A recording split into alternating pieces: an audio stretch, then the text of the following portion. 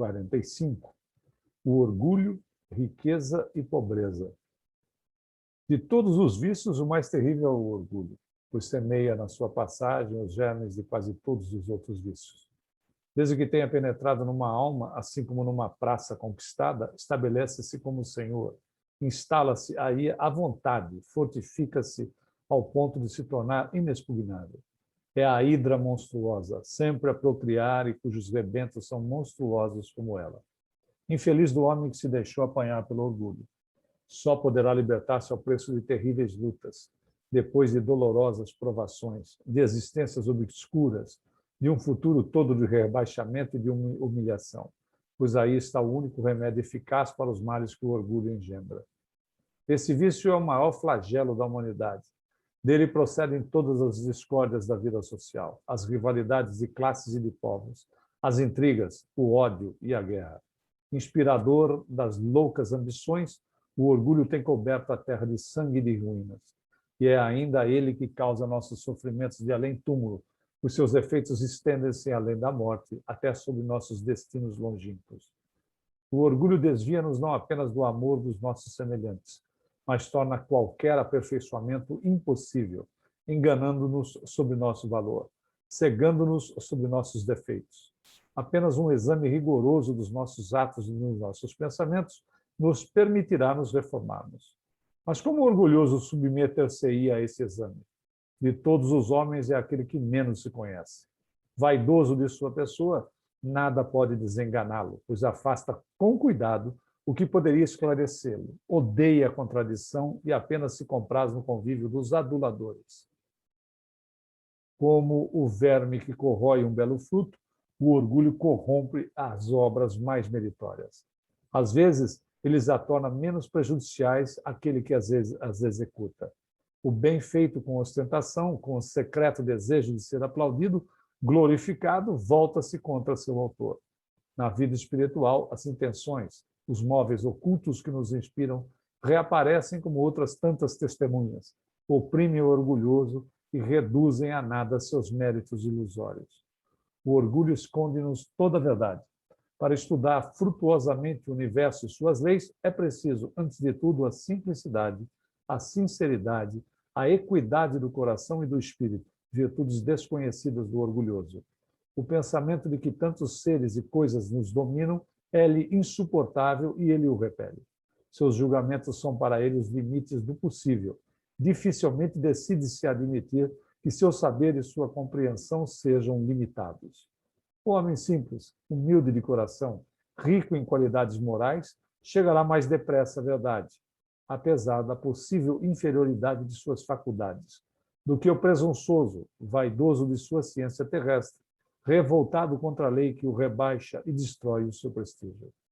O ensino dos Espíritos nos mostra, sob sua verdadeira claridade, a situação dos orgulhosos na vida de além-túmulo. Os humildes e os pequenos desse mundo encontram-se aí elevados. Os vaidosos e os poderosos são diminuídos, humilhados. Uns trouxeram com eles aquilo que faz a verdadeira superioridade, as virtudes, as qualidades adquiridas pelo sofrimento, enquanto outros tiveram que abandonar com a morte títulos, fortuna. É inútil saber. E inútil saber. Tudo o que constituía sua glória, sua felicidade, dissipou-se como fumaça. Chegam ao espaço pobres, despojados, e essa privação súbita, contrastando com seu passado esplendor, aviva seus cuidados, seus pungentes remorsos. É com uma amargura profunda que vem acima deles, na luz, aqueles que menosprezaram, desprezaram na terra. Acontece o mesmo para com as reencarnações futuras. O orgulho, a ambição ávida não pode atenuar-se ou apagar-se, senão por meio de vidas atormentadas, vidas de trabalho e de renúncia, no decorrer das quais a alma orgulhosa volta-se para si mesma, reconhece sua fraqueza, abre-se para os sentimentos melhores. Um pouco de sabedoria e reflexão nos preservaria desses males. Como podemos nos deixar invadir e dominar pelo orgulho, quando basta nos considerar para ver o pouco que nós somos?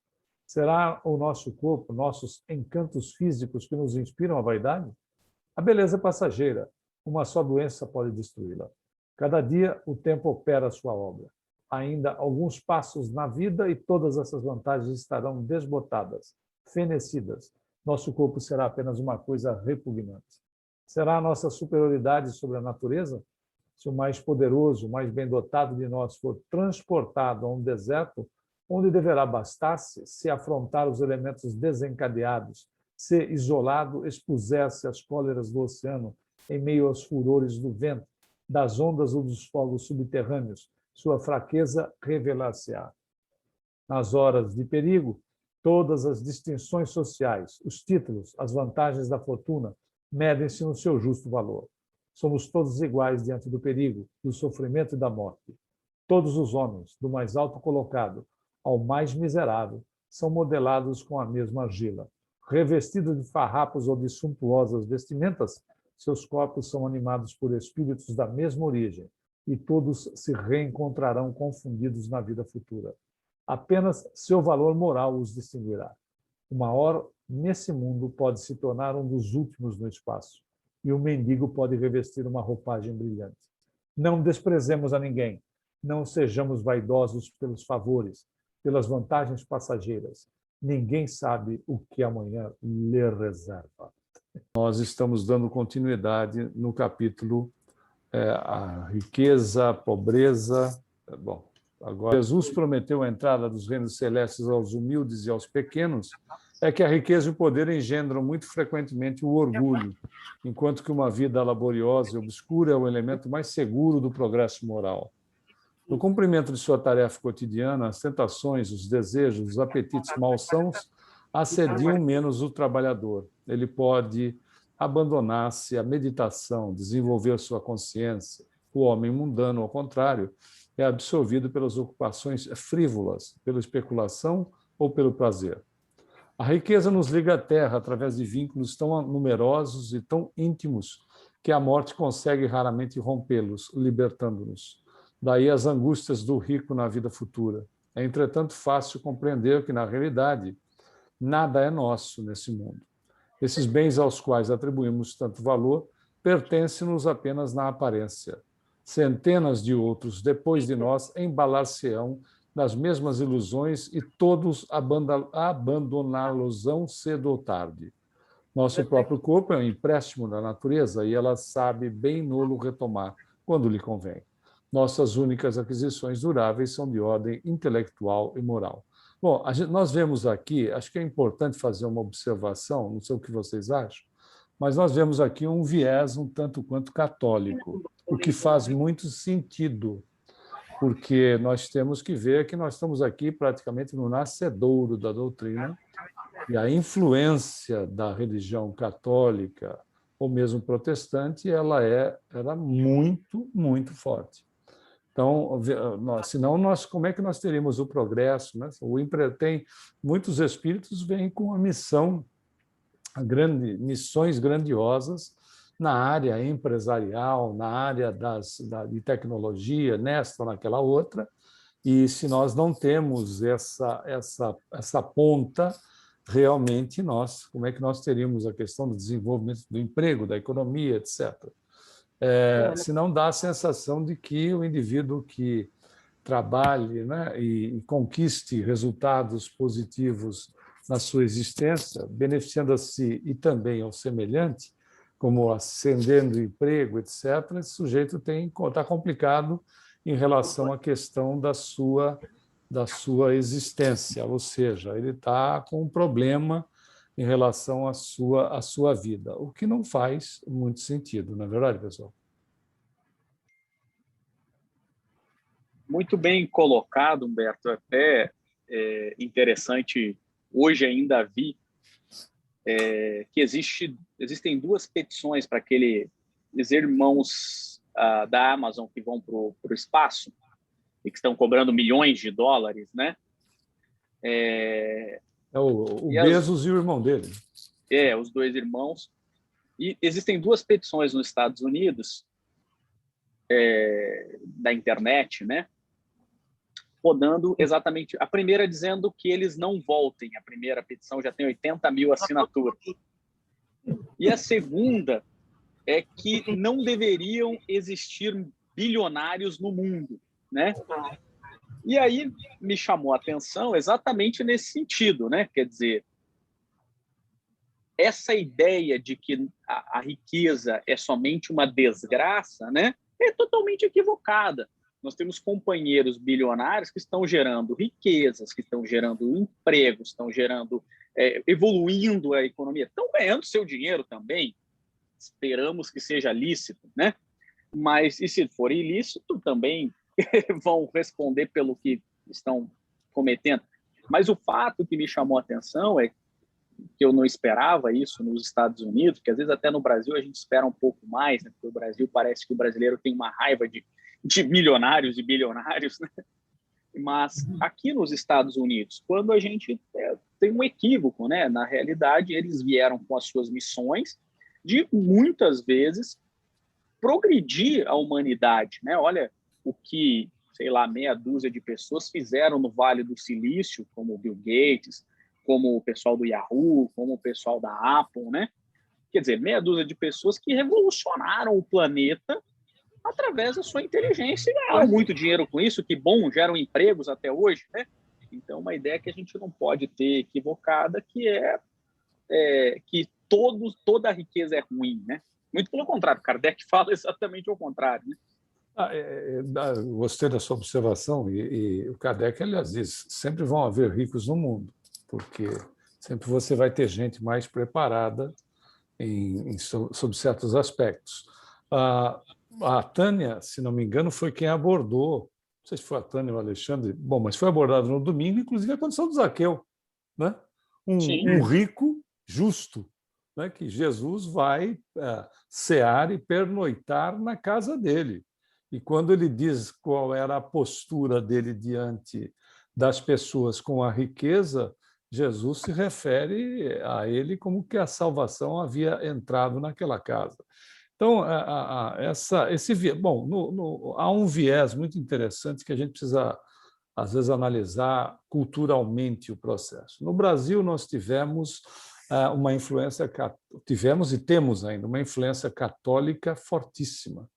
E, lamentavelmente, não é o problema o catolicismo, mas como nós temos problemas com espíritas, nós também temos problemas com católicos, budistas, etc., porque são seres humanos. A influência fortíssima foi de que, se você, exatamente como massa, para utilizar como massa de manobra, ou manobra das massas, melhor, a questão de que, se você for doente, infeliz, pobre, etc., Deus gosta de você, porque Deus não gosta de rico, né? Até porque você, dessa maneira, você preserva os ricos de repente, serem assolados pela grande quantidade de pessoas que não tinham absolutamente com o que viver, né? Tentavam sobreviver. A influência nos Estados Unidos é muito mais o aspecto protestante, né? Que faz exatamente o contrário. Você trabalha bastante, ganha bastante dinheiro e ajuda a igreja.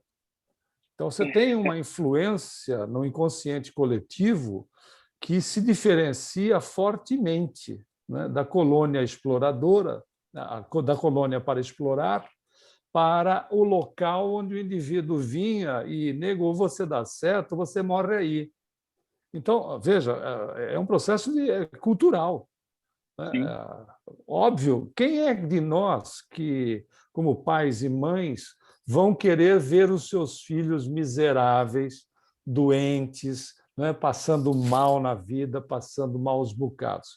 Bom, acho que é a pergunta de Jesus para as pessoas, né? Quem dentre vós, se o filho pedir pão, lhe dará uma pedra, se o filho lhe pedir peixe, lhe dará uma serpente? Nem vós fazeis isso aos vossos filhos, que dizer Deus. Veja como são distorções, né, de acordo com os interesses. Que a distribuição não seja adequada faz parte de um processo evolutivo muito complicado. Nós não deveríamos ter, como a ONU apresentou o ano passado, nós não deveríamos ter 900 milhões de criaturas vivendo na miséria. Nós não deveríamos ter 6 bilhões de cabeça de gado cuja semente para alimentar esse gado daria para matar a fome desses 900 milhões que não vão comer essa carne. Nós não deveríamos ter isso. Mas a nossa condição evolutiva, nossa, não estou, claro, né, não é generalizando, né, pessoal? Mas a nossa condição evolutiva, estou falando como a sociedade no planeta, seja a sociedade encarnada ou desencarnada, ela está ainda vivenciando realidades egoístas muito fortes. Então, você tem distorções, é óbvio que tem distorções. Mas não adianta tentar eliminar os ricos, porque vai morrer todo mundo pobre. E de repente, aqueles que são mais preparados vão ficar ricos de novo. Então, há que se ter bom senso, porque uma colocação para uma pessoa que tenha grandes responsabilidades, como um empresário que dá empregos, ou que, enfim, nós sabemos como é que funciona, né? Esse sujeito está como? Esse sujeito está na seguinte situação: se ele for bom, né? Se ele for bom, ele, com todo o dinheiro que ele tem, ele pode estender a sua bondade para muita gente. Eu já vi muita gente rica, né, fazer trabalhos, favorecer grupos de pessoas, e continuam fazendo isso, e já vi muito pobre mesquinho. Então, é do espírito. Exatamente. É do espírito. Não é daquilo que ele carrega, ou que ele tem, é do espírito. E por isso que a gente tem que tomar cuidado com as distorções, né? O problema não é 1% da população global ser mais rica que 1/3 da população somatória. O problema é nós termos gente abaixo da linha da pobreza. Claro, né? Esse é o problema. Né? Claro. Humberto e Ayrton, também por isso, quando você citou aí essa passagem de Zaqueu, você veja só, Jesus, àquele tempo, fez essa referência com Zaqueu à riqueza, né? Que ele era um homem rico. E também na história do Zaqueu conta como se ele já estivesse fazendo essa caridade, mas as pessoas não valorizavam. Porque aquela história, não importa quanto você dá, mas o outro ainda acha que você está dando pouco. Quer dizer, um homem como aquele, que era realmente, ele usurpou um bocado, mas ele já estava disposto a se ressarcir com a sociedade antes de Jesus. Quando Jesus mandou ele descer, já foi para mostrar como lição, está vendo que às vezes a pessoa começa a se renovar intimamente, mas não há apoio. Vai sempre dizer, mas ele deu, entendeu? É verdade. Então, na hora que Jesus o escolhe e dá como lição, é que a gente vê isso que você falou, que existe também o pobre mesquinho, o pobre que não divide, né? Porque existem pobres que dividem, pega o pouco que ganham e recebem. A gente está vendo isso no Brasil, desde sempre assim. Existia aquela população que recebia a cesta básica, ia para a sua vila lá, na sua favela, porque na Bahia não tem assim, favela. As favelas são planas, né? Flats, Então, iam de volta para seus bairros pobres e tinha as famílias que ainda não estavam listadas para receber a cesta básica. Então, eles lá, entre eles que recebiam, iam vendo aquilo que estava demais e saía dividindo com quem não recebia. É como o rico, tanto faz, né? Qual a classe que você está. Você sempre pode fazer alguma coisa. Né? Ronaldo. Eu acho interessante, Marisa, o que você está falando, porque hoje também, só complementando isso que foi falado aqui pelo Humberto também, hoje teve o pronunciamento do Warren Buffett doando mais 4 bilhões de dólares da sua fortuna. E o gol dele, qual que é o gol dele? Né? O que ele quer chegar? Ele vai doar 99% de toda a sua fortuna para instituições sérias. Mas aí as pessoas falam, né? Mas, poxa, o cara ainda vai ficar com 1% ainda? Não, ainda acha ruim. Pois é, porque ele está sempre ali entre os 5 homens mais ricos do mundo, né? Hoje está puta, né? É o Warren Buffett, é o cara da Amazon, é o cara da Tesla. Mas é assim, né? Eles ficam, né? Então, ele hoje Mais um pronunciamento dele, ele doando mais 4 bilhões de dólares, né? E o gol dele é ficar com apenas 1%, que ele vai dividir com os familiares, o que é justo. Eu acho que é uma coisa muito justa, porque é um homem que trabalhou, um homem extremamente inteligente, um homem engajado no combate à pobreza. Ele está como presidente da instituição do Bill Gates, da Melinda Gates. Ele já anunciou que ele vai sair, né, por causa da idade, né, já está com a idade um pouco mais avançada e tudo. Mas você vê, né? Então, assim, é um homem que teve muito e soube dividir também. Então, é uma coisa muito interessante isso que eu ouvi hoje. Tem mais alguém, cara? Então vamos em frente. Da paixão pelos bens materiais nascem muitas vezes a inveja e o ciúme. Quem traz em si esses... pessoal, desculpe eu interromper novamente. Eu trabalhei, muita gente sabe, né? Eu trabalhei durante um bom tempo por uma instituição espírita na penitenciária do Carandiru. Nunca trabalhei naquela que foi a casa de detenção. Trabalhava com já o reeducando. O indivíduo já está cumprindo pena. Ele, conversando com vários dos reeducandos, às vezes você ouvia de alguns deles dizendo o seguinte: você está pensando que a gente sai para tomar o que é dos outros porque nós somos, de repente, nós estamos numa situação miserável? Não, a gente sai para tomar o que é dos outros porque a gente gosta mesmo da bacanagem. Bacanagem é ser bacana, né? Era a terminologia usada na época. A gente gosta mesmo da bacanagem. Você acha que eu não gosto de ter um jet ski? Você acha que eu não gosto de ter um relógio bacana, etc, etc, etc? Então, veja, é uma questão que está no espírito, né? O cara dizendo assim: não, eu não vou lá e tomo o dinheiro dos outros e faço isso e aconteço porque eu estou precisando. Na verdade, eu gosto de viver no bem bom, como muita gente vive. Só que, de repente, sem fazer o esforço que as pessoas fizeram para conquistar, né? Então, são algumas distorções gritantes.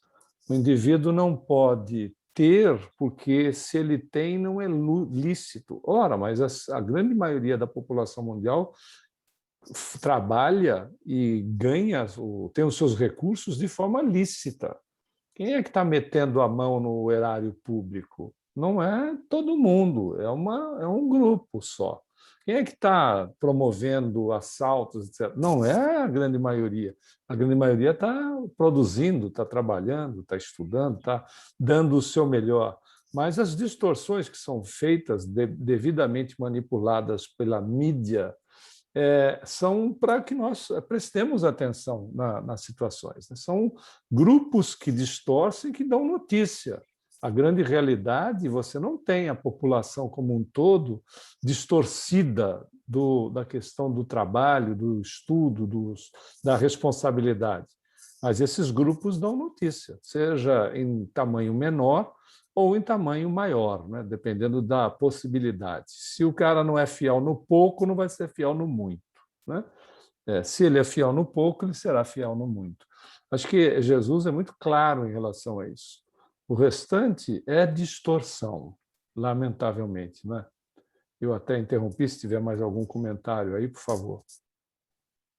Não, pode seguir. Então vamos em frente. Da paixão pelos bens materiais nascem muitas vezes a inveja e o ciúme. Quem traz em si esses vícios pode dizer adeus a qualquer repouso, a qualquer paz. Sua vida torna-se um tormento perpétuo. Os sucessos, a opulência do próximo, nele despertam ardentes cobiças, uma febre de posse que o consome. O invejoso não pensa senão em eclipsar os outros, adquirir riquezas que não sabe nem mesmo desfrutar. Haverá uma existência mais lamentável? Perseguir incessantemente uma felicidade quimérica, colocar toda a sua alma nessas vaidades cuja perda nos desperta, não é criar para si um suplício a todo instante? A riqueza não é, todavia, um mal em si mesma. É boa ou má, segundo o emprego que dela se faz. O importante é que ela não inspire nem orgulho, nem dureza do coração. É preciso ser o senhor da sua fortuna e não seu escravo. mostrar-se superior a ela, desinteressado e generoso. Nessas condições, a prova perigosa da riqueza torna-se mais fácil de se suportar. Ela não amolece os caracteres, não desperta essa sensualidade quase inseparável do bem-estar. A prosperidade é perigosa pelas tentações que proporciona, pela fascinação que exerce sobre os espíritos. Pode, entretanto, ser a fonte de um grande bem quando regulada com sabedoria e moderação. Pode-se, através da riqueza, contribuir para o progresso intelectual dos homens, para o aperfeiçoamento das sociedades, criando instituições de benemerência ou escolas, fazendo os deserdados participarem das descobertas da ciência e das revelações do belo. Mas, acima de tudo, a riqueza deve se derramar sobre aqueles que lutam contra a necessidade, sob a forma de trabalho e de socorro.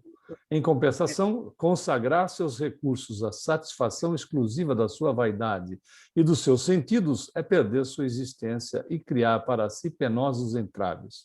O rico deverá dar conta do depósito entregue nas suas mãos para o bem de todos. Quando a lei inexorável, quando o grito da sua consciência elevarem-se contra ele nesse mundo futuro, onde o ouro não tem mais influência, o que responderá à acusação de ter desviado em proveito próprio o que deveria abrandar a fome e os sofrimentos dos outros. É interessante notar, né? Lembram-se de André Luiz, quando encontrou o avô dele no umbral, segurando lama, dizendo que era o ouro dele? Olha o processo auto-hipnótico, né, do indivíduo em relação à questão da dependência e do apego que tinha às questões voltadas para a materialidade, né? Segurando lama, né, ou seja, barro, dizendo que era o ouro dele. Alguém Mas você estava... vê que é o tempo de André Luiz, né? Hoje continua a gente lá se arrastando, segurando seus cofres, suas joias, né? Ainda é assim, felizmente. A gente sabe que o pobre também pode ter essa mesquinhez, esse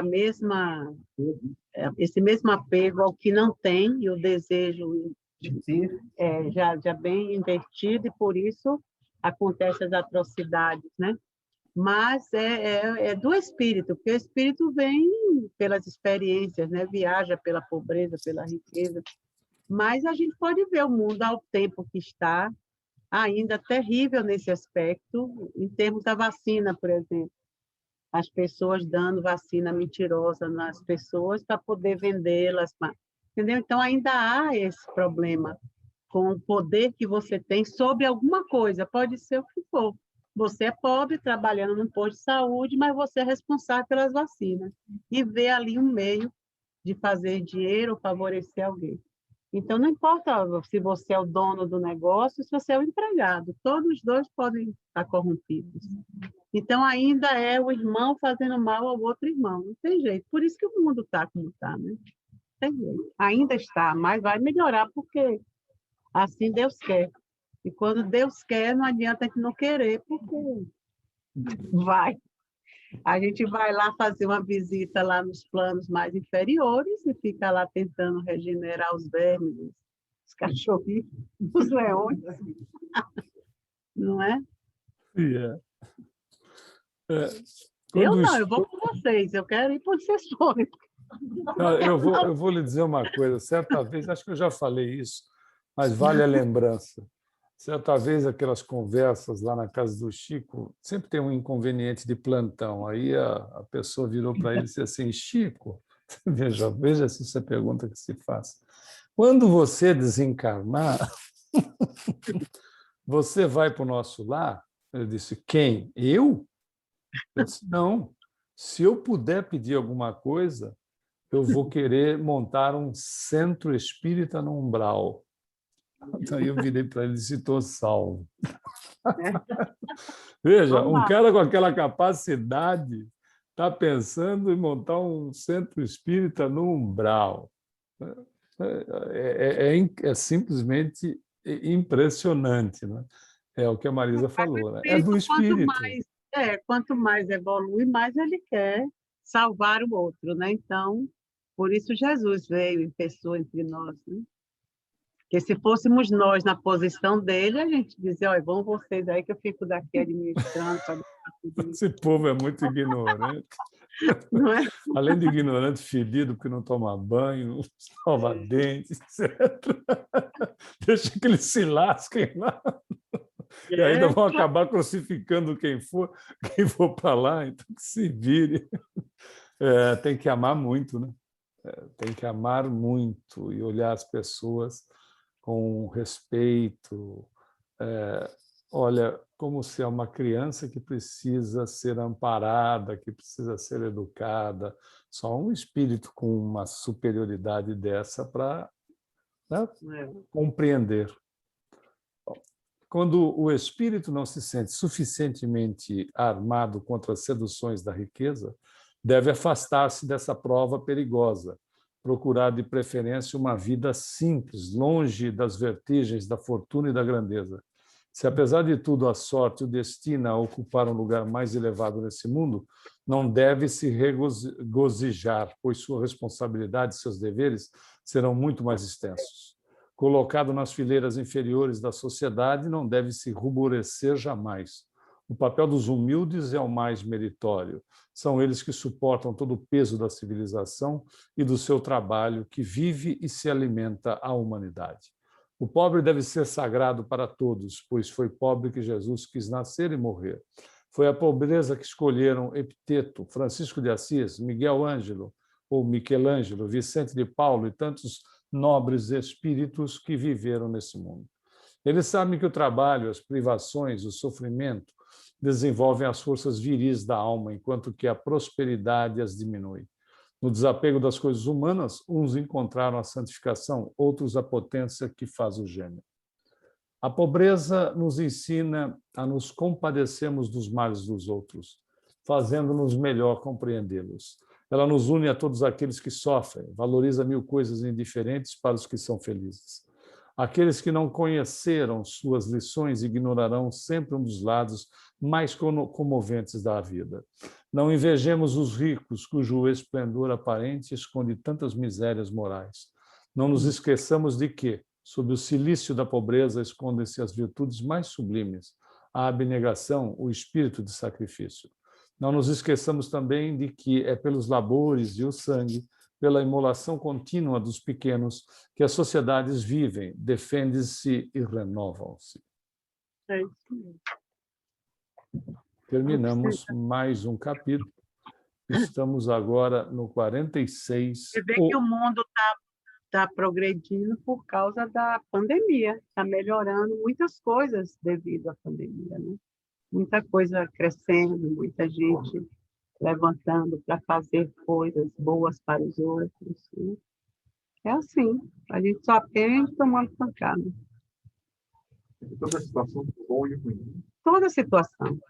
Nunca nada veio totalmente para destruir nada. Né? Sempre a lei de destruição ela vem renovar o planeta. Então,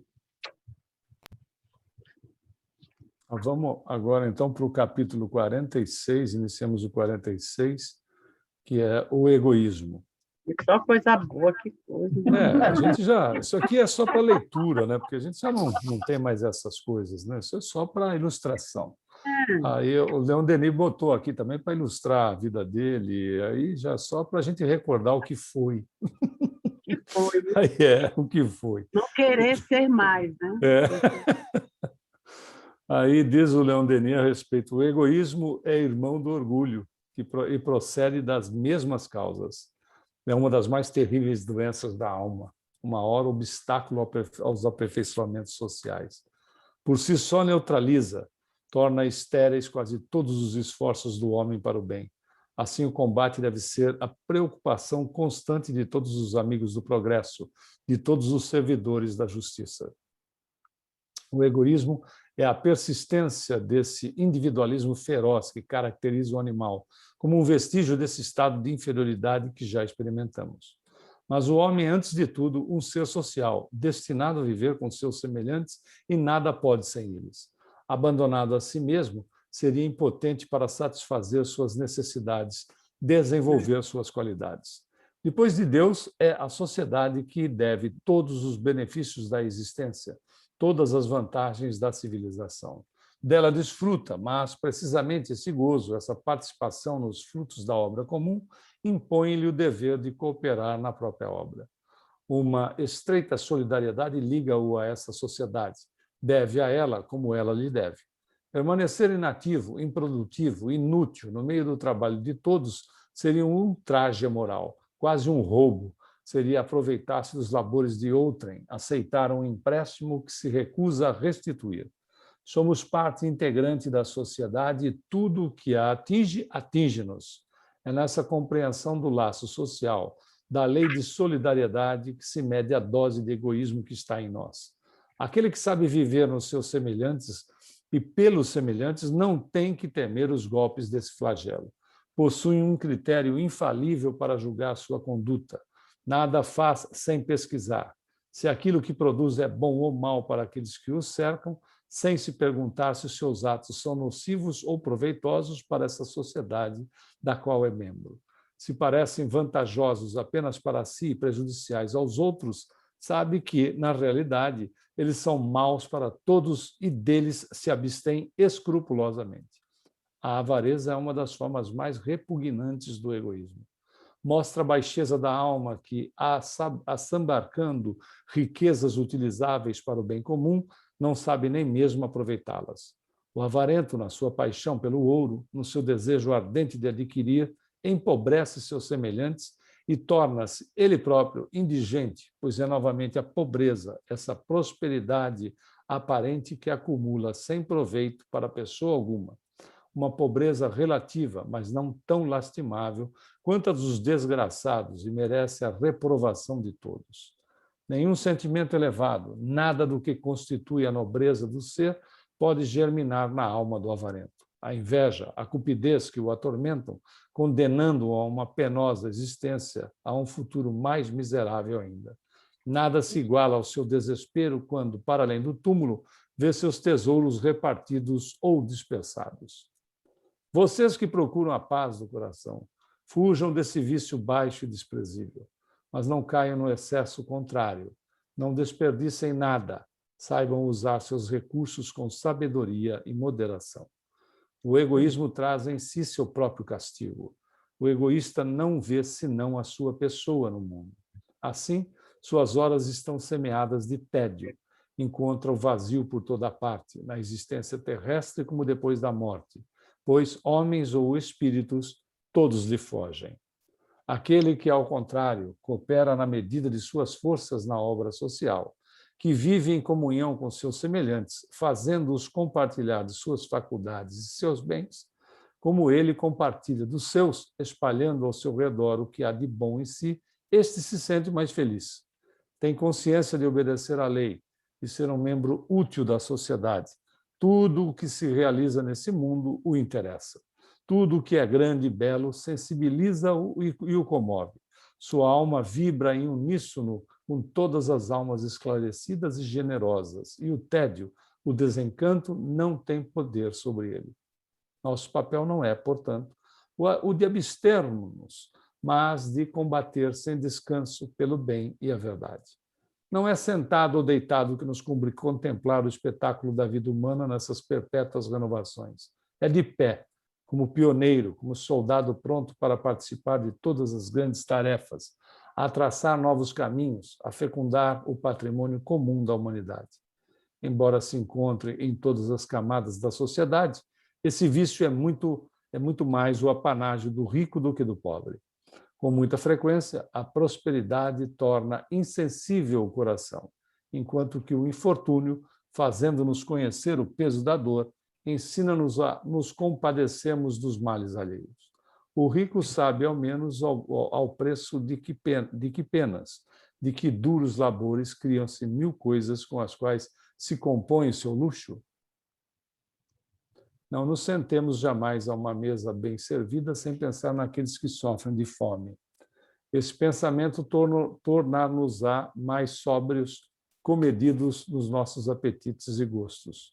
Pensemos nos milhões de homens curvados sob os ardores do estio ou sob as duras intempéries e que, em troca de um magro salário, retiram do solo os produtos que alimentam nossos festins e enfeitam nossas residências. Lembremos-nos de que, para iluminar nossa casa com uma luz resplandecente, para fazer jorrar nos nossos lares a chama benfeitora, homens, nossos semelhantes, capazes como nós de amar, de sentir, trabalham sobre a terra, longe do céu azul e do alegre sol, e de picareta em punho, perfuram durante toda a sua vida as entranhas da terra. Saibamos que, para ornar nossos salões de espelhos de cristais brilhantes, para produzir os inumeráveis objetos dos quais se compõe nosso bem-estar, outros homens, aos milhares, semelhantes a réprobos na fornalha, passam sua existência no calor calcinante dos altos fornos das fundições, privados do ar, extremados, consumidos antes do tempo, não tendo como perspectiva senão uma velhice desnudada e sofredora. Saibamos que todo esse conforto do qual desfrutamos com indiferença é comprado com o suplício dos humildes e o esmagamento dos pequenos. Que esse pensamento penetre em nós, nos persiga, obsidie, como uma espada de fogo, ele expulsará o egoísmo dos nossos corações e forçar-nos a consagrar os nossos bens, nossos lazeres, nossas faculdades ao aperfeiçoamento do destino dos fracos. Só uma coisa, Humberto, você vê que essa fala aí que você fez agora, dessas pessoas, né, que, mais abastadas, que precisam ter esse olhar, e você vê hoje pessoas agirem, como você falou, né, deixando suas fortunas, fazendo uma certa distribuição de bens para poder favorecer. Você vê que é uma leva de espíritos que já pensam nisso. Sim. Porque aqui nos Estados Unidos, como em muitos lugares do mundo, tem pessoas ricas, mas ricas mesmo de marredeci, que a gente não pode nem imaginar. Né? E ter um olhar para o outro é realmente uma diferença, porque tem pessoas que não têm a mínima noção. Sentam ali para comer com vários empregados em suas empresas, várias pessoas dependentes dele, mas aquilo ainda não faz parte dos seus pensamentos diários, vamos dizer assim, de pensar assim, puxa vida, é mesmo, olha, hoje eu vi que caiu um prédio, não sei aonde. Puxa, eu acho que tem empregados meus que moram. Acho que não tem nada, não vê essa parte do mundo sombria, entendeu? Então, quando a pessoa se dispõe a dar do que tem, e que é o maior valor, que é os seus bens adquiridos, às vezes, por família, né? Desde que a família, dos avós, dos pais, e que aquilo foi ali unido para você usufruir, você e sua família. Ninguém me disse assim, olha, meu filho, quando você vê que está muito assim, dê um pouquinho das suas coisas. Nada, você nunca viu isso no seu dia a dia, na sua vida. Então, quando a pessoa acho que se dispõe a isso, é por causa, eu acho, também de muitas coisas, porque vai também descontar do imposto de renda. Começa aí, né? Na facilidade que tem de dar já recebendo, né? E esse é o primeiro exercício. Eu vou dar porque eu vou descontar. Eu vi aqui no centro, tinha vezes que muitas pessoas chegavam e diziam assim, não, eu vou doar porque eu sei que eu desconto do imposto de renda. Aí eu dizia assim, olha, mas não pense nisso agora. Pense assim, eu estou dando para ajudar a casa, no aluguel, nas suas despesas. Pense assim. Agora, o descontado do imposto de renda é uma consequência. Exatamente. Que vai ser para você ou para qualquer um outro que tenha menos do que você, que faça o mesmo movimento. Então, não vá pensando nisso, né? Porque senão eu vou dizer assim, oh, mas então doe mais para você descontar mais. Vai em outro lugar, vá dar também, distribua mais, né? Então, eu acho que já é um movimento da vida regenerando, sim, né? Trazendo esses espíritos que já mostram aos outros ainda mesquinhos. Uma nova visão empresarial. Quando eu mencionei isso, Marisa, foi justamente por causa disso, né? O Warren Buffett, ele é associado a um dos maiores empresários brasileiros, que é o Jorge Lehmann. Jorge Lehmann, com a associação do Warren Buffett, eles compraram a Burger King e compraram o ketchup, a fábrica de ketchup, a Heinz. Então, você vê que aí eles já empregam muita gente é uma rede de lojas, isso aí só é uma fatia do empresariado deles. Eles já empregam milhares e milhares de pessoas mundo afora. Mas aí ele vai um pouco mais além. Olha, eu não preciso disso tudo, né? Se ele tem 55 bilhões de dólares, que deve ser o valor, né, da fortuna dele, Deve ser mais, né? Eu não preciso disso tudo. É mais um bem. É mais, ó, só a mulher do Bezos, acho que tem 68 bilhões. A ex, né? A ex. É mais. Então, assim, você vê que o deve cara... ser uma chatice você ter tanto dinheiro. Agora, então, na pandemia, que você vem todo dia, só se fala desse... Cadê a vacina? Está precisando de... Eu vi lá alguns... aquele ator que morreu, aquele... no Brasil, aquele humorista, que ele disse, puxa, eu via tanto falar que está faltando na Amazônia, está faltando o respirador, o negócio, aqueles tubos, né, de metal para poder, o oxigênio, de oxigênio, ele deu 500 mil.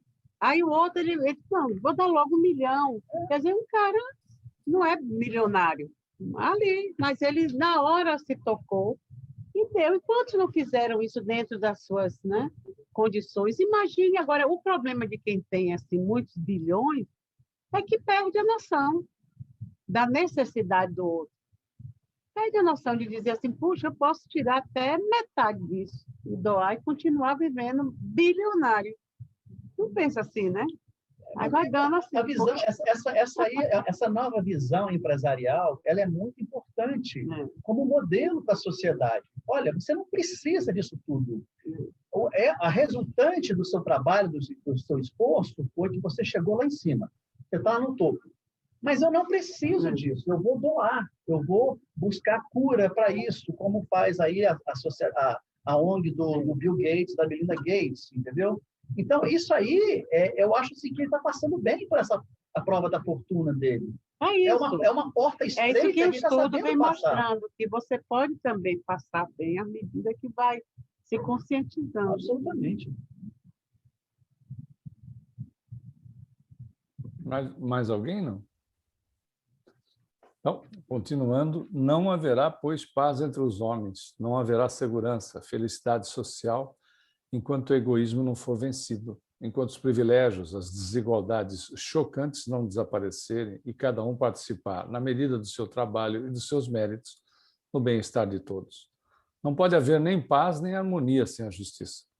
Enquanto o egoísmo de uns se nutrir dos sofrimentos e das lágrimas dos outros, enquanto as exigências do eu abafarem a voz do dever, o ódio dividirá os espíritos. Tempestades preparar-se-ão secretamente no seio das sociedades. Graças, porém, ao conhecimento do nosso futuro, a ideia de solidariedade acabará por prevalecer. A lei do retorno à carne, a necessidade de renascer em condições modestas, serão outros tantos aguilhões que reprimirão o egoísmo. Diante dessas perspectivas, o sentimento exagerado da personalidade atenuar-se-á para nos dar uma noção mais exata do nosso lugar e do nosso papel no universo. Sabendo-nos ligados a todas as almas, solidários no seu adiantamento e felicidade, interessar-nos-emos mais pela sua situação, seus progressos, seus trabalhos. À medida que esse sentimento for se espalhando pelo mundo, as instituições, as relações sociais melhorarão. A fraternidade, essa palavra banal repetida por tantas bocas, descerá até os corações e tornar-se-á uma realidade. Nós nos sentiremos viver nos outros, desfrutaremos de suas alegrias e sofreremos pelos seus males. Não haverá mais, então, um só lamento sem eco, uma só dor sem consolação. A grande família humana, forte, pacífica, unida, avançará com um passo mais rápido em direção aos seus magníficos destinos. Terminou mais um. Agora é o 47, a caridade. Rapaz, Humberto está que está nesse negócio. Eu posso fazer um comentário, né? Eu não levantei a mão. Mas é só para enaltecer mais uma vez a genialidade do Leon Denis, né? É impressionante. Ele faz um resumo para falar do egoísmo de 2000 anos de filosofia, né? Ele começa falando de Sócrates, das ideias socráticas, depois de Aristóteles, quando ele fala do ser humano em sociedade. Aí ele passeia por Kant para falar que a gente só vai viver em sociedade se a gente pensar no próximo e se a gente fizer algo impactando na sociedade como um todo, né? É uma ideia kantiana, e aí ele conclui de maneira brilhante, falando, olha, o caminho é inexorável, nós vamos acabar com o egoísmo, basta a gente querer ter força de vontade, né? Impressionante, a minha cabeça aqui ela está a mil, vendo quão rico é esse texto do Leon Denis, né? E o mais gostoso é saber assim, vai acabar. Esse é o caminho da evolução do espírito e a evolução do planeta, da vida, tem que ter esse processo, né? E a gente vê que é assim mesmo. E que é a passos de cágado, porque nós somos uns cágados lerdos mesmo, egoístas e terríveis. Não é, menino? Que coisa. Aí vem exatamente não só a pandemia, como a Marisa citou, né? Mas as grandes doenças, né? Que a gente vai com todo o dinheiro do mundo, não salvou o Steve Jobs de um câncer de pâncreas. Quer dizer, a verdade é que isso nos mostra a nossa finitude nessa existência, em uma existência, né? E enquanto a gente vai ter que aproveitar ela, né? Seja no despertar por uma doença, seja no despertar por uma pandemia, ou seja no despertar pela compreensão da necessidade evolutiva, né? Bem observado. Agora vai de caridade agora, hein? Capítulo 47. Foi muita pancada. Ele bate consideravelmente bem. Em oposição às religiões exclusivas que tomaram como preceito fora da igreja não há salvação, como seu ponto de vista puramente humano pudesse decidir a sorte dos seres na vida futura, Allan Kardec coloca essas palavras no frontispício de suas obras. Fora da caridade não há salvação. Os Espíritos nos ensinam, com efeito, que a caridade é a virtude por excelência, só ela dá a chave dos planos elevados. É preciso amar os homens, repetem após o Cristo, que resumira nessas palavras todos os mandamentos da lei moral. Mas, objetam, os homens não são muito amáveis. Muita maldade incuba-se neles e a caridade é muito difícil de se praticar com relação a eles. Se os julgamos dessa forma, não será porque nos agrada considerar unicamente o lado mau dos seus caracteres, seus defeitos, suas paixões, suas fraquezas, esquecendo, com muita frequência, de que nós mesmos não estamos isentos e que, se eles têm necessidade de caridade, teremos menos necessidade de indulgência? Todavia, o mal não reina sozinho nesse mundo. Há no homem também o bem, qualidades, virtudes, há, sobretudo, sofrimentos. Se queremos ser caridosos e devemos sê-lo, em nosso próprio interesse, como no interesse da ordem social, não nos prendamos nos nossos julgamentos sobre nossos semelhantes, naquilo que pode nos levar à maledicência, à difamação, mas vejamos, sobretudo, no homem um companheiro de provas, um irmão de armas na luta da vida. Vejamos os males que ele suporta em todas as classes da sociedade. Quem é que não esconde uma chaga no fundo da sua alma? Quem não suporta o peso de desgostos, de amarguras? Se nos colocássemos nesse ponto de vista para considerar o próximo, nossa maledicência transformar-se-ia rapidamente em simpatia. Ouve-se muitas vezes recriminar a grosseria e as paixões brutais das classes operárias, as cobiças e as reivindicações de alguns homens do povo. Refletimos bastante nos maus exemplos que os envolveram desde a infância. As necessidades da vida, as necessidades imperiosas de cada dia, lhes impõem uma tarefa rude e absorvente. Nenhum lazer, nenhum espaço de tempo para esclarecer sua inteligência. As doçuras do estudo, os gozos da arte lhes são desconhecidos. O que sabem sobre as leis morais, sobre seu destino, sobre o mecanismo do universo. Poucos raios consoladores projetam-se nessas trevas. Para eles, a luta cruel contra a necessidade é de todos os instantes. O desemprego, a doença, a negra miséria os ameaçam e assediam incessantemente. Qual o caráter que não se exasperaria em meio a tantos males? Para suportá-los com resignação, é preciso um verdadeiro estoicismo, uma força da alma tanto mais admirável quanto mais instintiva que racional. Ao invés de atirar pedras nesses desafortunados, apliquemo-nos em aliviar seus males, enxugar suas lágrimas, trabalhar com todas as nossas forças para introduzir na terra uma partilha mais equitativa dos bens materiais e dos tesouros do pensamento. Não se sabe suficientemente o que podem fazer sobre essas almas ulceradas uma boa palavra, um sinal de interesse, um cordial aperto de mão. Os vícios do pobre desagradam-nos e, entretanto, quanta desculpa não merece por causa de sua miséria. Mas queremos ignorar suas virtudes, que são muito mais admiráveis por desabrocharem no lodaçal. Que devotamentos obscuros entre os humildes. Que lutas heróicas e tenazes contra a adversidade. Pensemos nas inumeráveis famílias que vegetam sem apoio, sem socorro, nas crianças privadas do necessário, em todos esses seres que tiritam de frio no fundo de casebres úmidos e sombrios ou em mansadas desoladas. Qual é o papel da mulher do povo, da mãe de família em tais lugares, quando o inverno se abate sobre a terra? O fogão sem lume, a mesa sem alimentos, sobre o leito gelado, farrapos substituem o cobertor vendido ou hipotecado para se ter pão. Seu sacrifício não é de todos os instantes? Como seu pobre coração se parte diante das dores dos seus? O ocioso opulento não deveria enrubescer de expor sua riqueza em meio a tanto sofrimento? Irresponsabilidade esmagadora para ele se, no meio da sua abundância, esquece aqueles a quem a necessidade oprime. Sem dúvida, muito lodo e coisas repugnantes se misturam às cenas da vida dos pequenos. Lamentos e blasfêmias, embriaguez e alcovitice, crianças desapiedadas e pais desalmados.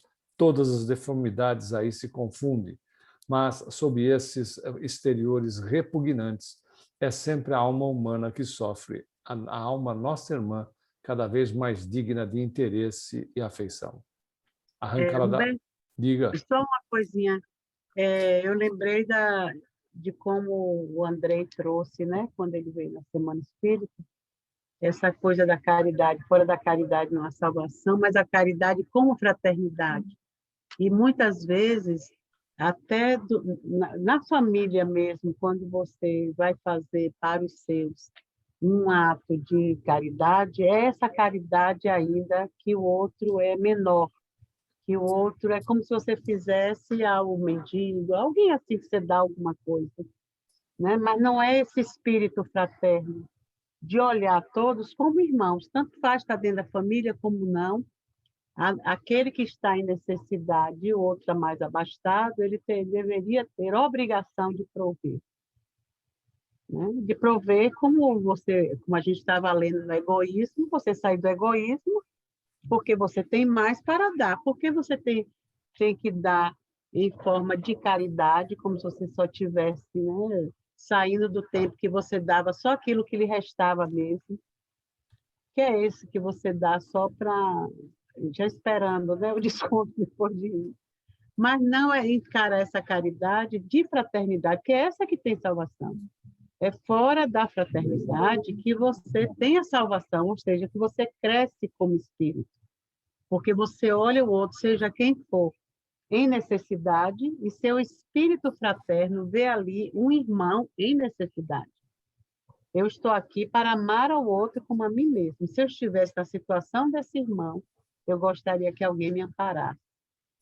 Então, eu, matando a fome desse irmão, estou matando a minha fome do egoísmo. Estou suprimindo, né, a minha ânsia de querer tudo para mim com esse doar de mim. Um mata a fome que o outro tem. Só que não é a fome física, o outro é a fome moral. Né? Então, essa coisa, esse olhar é que a gente demora de ter. Né? Demora de fazer acontecer em cada um de nós. né? Esse olhar, realmente, olhar para o outro, somos todos irmãos, como ele disse aqui. Enquanto a gente não vê assim, como irmãos, a nossa caridade vai estar sempre aquém do que poderia ser para nos nutrir. A gente vai dar, somos bonzinhos, mas de bonzinho o inferno está cheio. Mas se você está dando isso, sinceramente, nutrindo a sua falta também com esse doar a si, né? Então, é muito legal isso. Você está vendo, você está analisando como se fosse um socorrista cristão. Cristão, Ou seja, eu vou ajudar porque eu como vejo Jesus faria, nele a árvore. aquilo que eu posso ser ou estar nessa mesma condição. Não, ou eu empatia. vejo a minha falta de amor.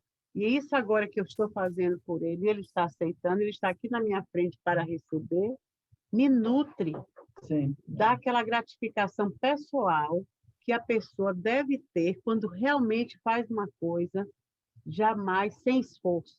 Não estou fazendo aqui para mostrar a ninguém, não estou assim tirando, parecendo que aquilo está me rasgando, mas está saindo, sabe? Sai espontaneamente aquele doar de si. É diferente de quando você dá para que os outros vejam que você deu, como tilintar, né? No gasofilácio lá, o óvulo da viúva, né? Não foi assim na época de Jesus? Eu estava pensando isso agora. Quanto maior era a doação, mais era vista, mais era aplaudida, porque todo mundo ouvia.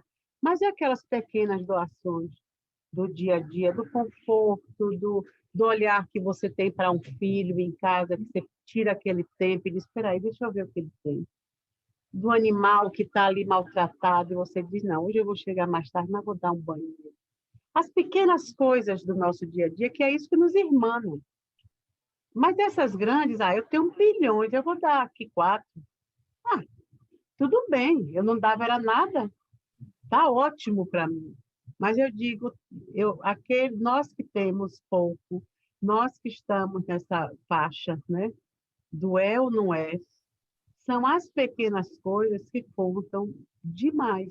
É dentro de casa, é o mais fácil entre os nossos ali.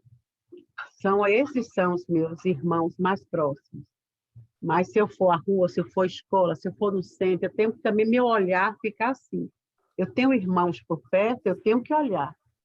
Mas não, a gente vem né, meio fechado. Assim. Eu acho que eu gosto dessa coisa da fraternidade, não dessa caridade que a religiosidade trouxe, né? Fora da caridade não há salvação. Então, qualquer coisa que eu dou...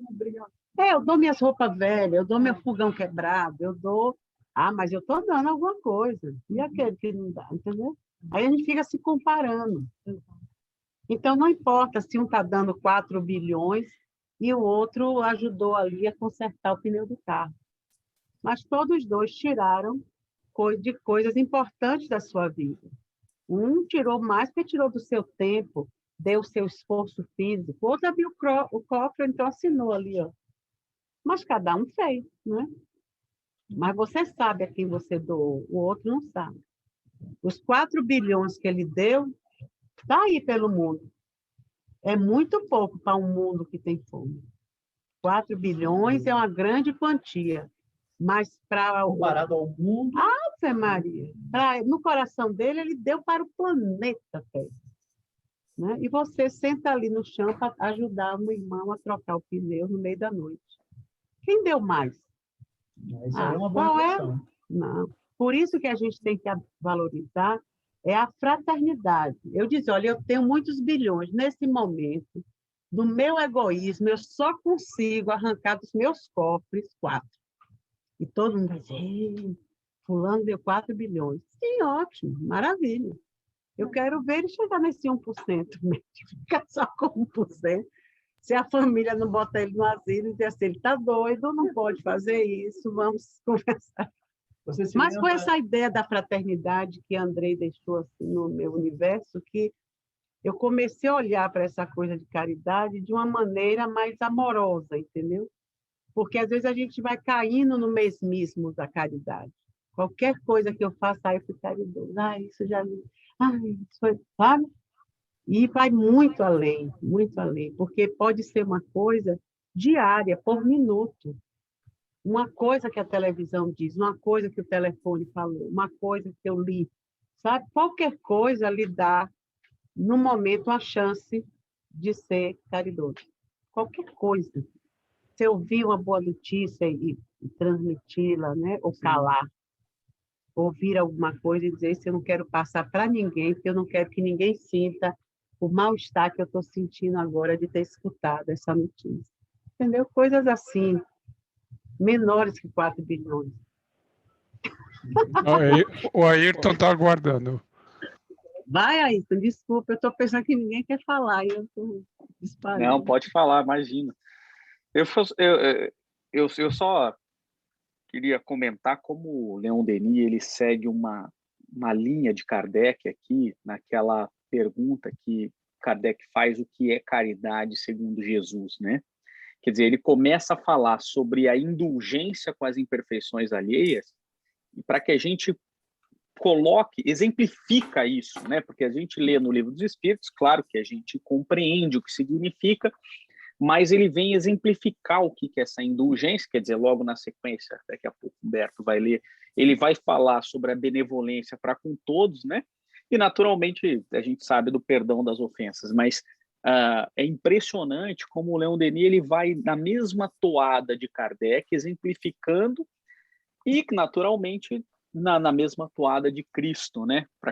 Nos mostrando como fazer. É uma ideia muito de ação, né?